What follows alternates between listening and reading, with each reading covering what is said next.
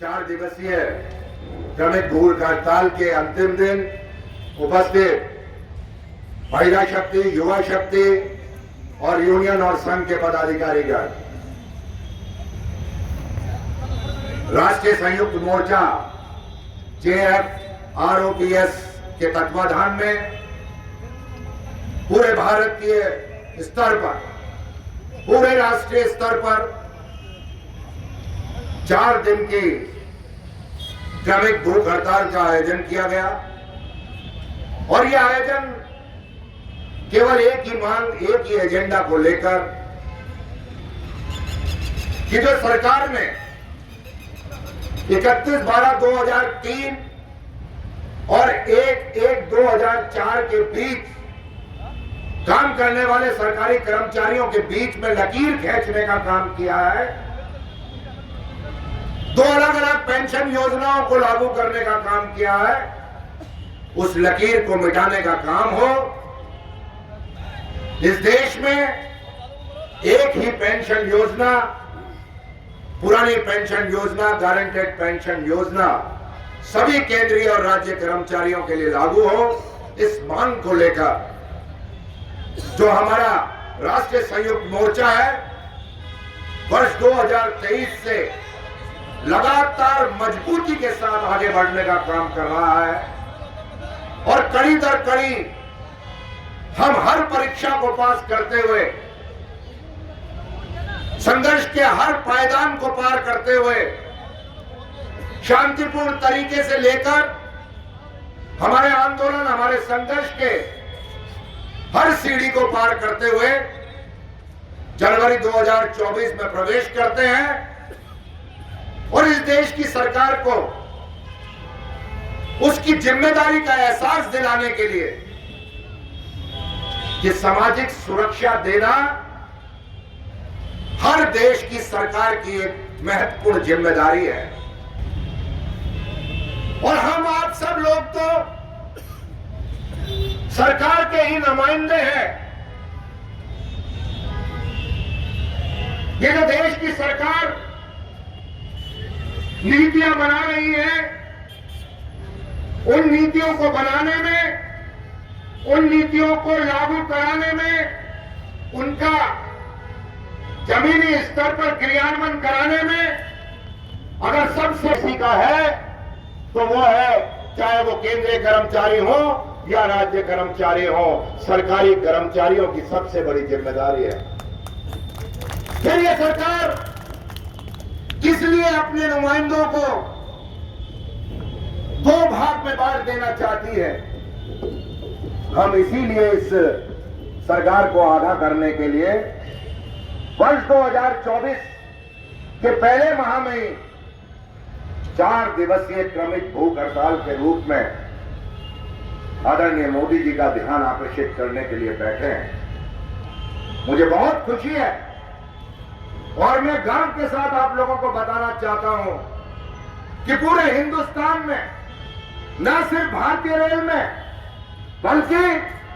प्रत्येक केंद्रीय कर्मचारियों के संगठन, प्रत्येक राज्य कर्मचारी के संगठन, अध्यापक और सरकारी तंत्र से जुड़े हुए तमाम लोग पूरे देश में अलग-अलग जगह पे 4 दिन की क्रमिक भूख हड़ताल करने का काम कर रहे हैं। और जो रिकॉर्ड हमारे सामने, जो आंकड़ा हमारे सामने आने का काम हुआ है, 3 लाख से ज्यादा कर्मचारियों ने भूख हड़ताल में अपनी सक्रिय भूमिका निभाने का काम किया। व्यवस्था को चलाने वाले सरकारी कर्मचारी, भारतीय रेल को चलाने वाले रेल के कर्मचारी, सारे के सारे अपनी ड्यूटी को निभाने का भी काम कर रहे हैं कि 100% सरकारी कर्मचारी आकर अनशन पर, क्रमिक भूख हड़ताल पर नहीं बैठ सकता। लेकिन अगर सरकार समझती है, सरकार में थोड़ी भी बुद्धि है,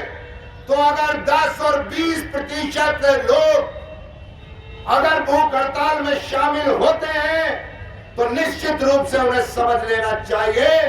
कि ये एक मांग बहुत मजबूत मांग है। और ये पूरा कैडर, चाहे केंद्रीय कर्मचारी का हो, सरकारी कर्मचारी का हो, वो पुरानी पेंशन की मांग को पुरजोर तरीके से उठा रहा है। मैं आपको बताना चाहूंगा कि एनडब्ल्यूआर स्तर पर हमारे पूरे जोन में संयुक्त संघर्ष समिति के नाम से, चाहे वो अजमेर मंडल हो, अजमेर कारखाना हो, चाहे हमारा जयपुर हो, मुख्यालय हो, जोधपुर हो, बीकानेर हो, वहां के कारखाने हो, सभी जगह बहुत भारी संख्या में लोगों ने रुचि दिखाकर, भागीदारी निभाकर इस 4 दिवसीय श्रमिक भूख हड़ताल को सफल बनाने का काम किया है। अजमेर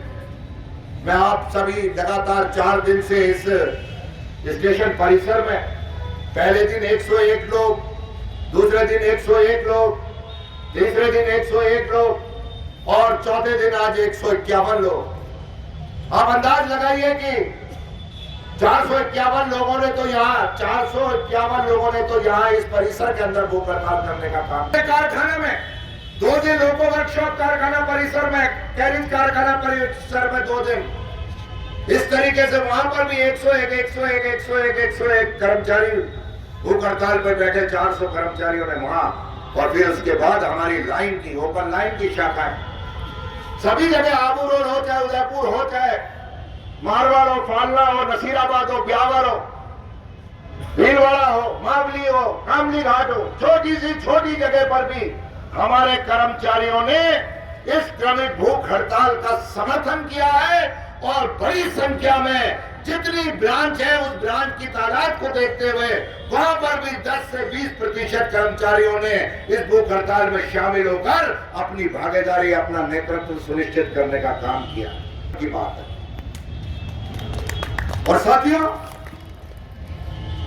आंदोलन चाहे छोटा हो चाहे बड़ा, उस आंदोलन का असर जरूर होता है। आज निश्चित रूप से जो हमारी तमाम इंटेलिजेंस की एजेंसियां हैं, उनके माध्यम से, और एक बहुत मजबूत तंत्र जो सोशल मीडिया का है, उस सोशल मीडिया के माध्यम से सरकार के पास तक हमारी तमाम जो आंदोलन की जो भूमिका है, जो हमारे इस क्रमिक भूख हड़ताल में लोगों की उपस्थिति है, वो पहुंचने का काम हुआ होगा। भले कितने पहरे हमारी सरकार इन राष्ट्रीय चैनलों पर लगा दे, लेकिन सच्चाई छुपती नहीं है, सच्चाई छुपती नहीं है, और किसी ना किसी माध्यम से वो सच्चाई देश की सरकार के पास जाने का काम हो रहा है। इन दिनों गारंटियों का बहुत जोर चल रहा है, जो आ रहा है वो गारंटी देने का ही काम कर रहा है। हम तो गारंटी मांग रहे हैं, लोग गारंटी दे रहे हैं, लेकिन जो गारंटी हम मांग रहे हैं, पेंशन में 50% की गारंटी, वो गारंटियों के उस्ताद आदरणीय मोदी जी दे नहीं रहे। वो गारंटी हम लोगों को लेनी है, वो गारंटी हम लोगों को लेनी है, और अपने आंदोलन को इतना मजबूत बनाना है कि सरकार को घुटने टेकने पड़े, और आपकी जायज मांग, युवाओं की जायज मांग, ये वो मांग है जिससे युवाओं का भविष्य जुड़ा हुआ है।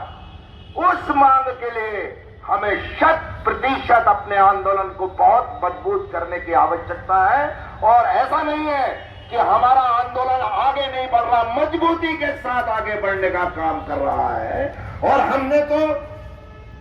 अंतिम चेतावनी के रूप में इस देश की सरकार के सामने तमाम केंद्रीय कर्मचारियों और राज्य कर्मचारियों के बीच में जाकर उनसे हड़ताल पे जाने की सहमति और असहमति लेने का भी काम कर लिया। और आप सब जानते हैं कि अगर भारतीय रेल की हम बात करें तो 98% भारतीय रेल के रेल कर्मचारियों ने ओपीएस की मांग को लेकर हड़ताल पर जाने के लिए सहमति प्रदान करने का काम किया। ये सरकार के समझ में आ जाना चाहिए कि अगर भारतीय रेल रुकी तो केवल भारतीय रेल नहीं रुकेगी, पूरा देश जाम हो जाएगा। भारतीय रेल की हड़ताल के साथ साथ आम हड़ताल के रूप में इस देश को बंद कर दिया जाएगा। इस बात की चेतावनी भी आज इस अनशन के माध्यम से हम इस देश की सरकार को दे देना चाहते हैं। साथियों, मैं इस मौके पर आप सभी तमाम साथियों को क्रांतिकारी अभिनंदन करता हूं। आप सभी का दिल की गहराइयों से आभार व्यक्त करता हूं कि चाहे वो NWRU के साथी हो, चाहे वो UPRMS के साथी हो, चाहे हमारे वेस्टर्न रेलवे यूनियन और संघ के साथी हो, सभी ने एकता का परिचय देते हुए 4 दिन तक चलने वाली इस क्रमिक भूख हड़ताल को सफल बनाने में अपना महत्वपूर्ण योगदान देने का काम किया। मैं सभी साथियों का बहुत बहुत आभार व्यक्त करना चाहता हूं।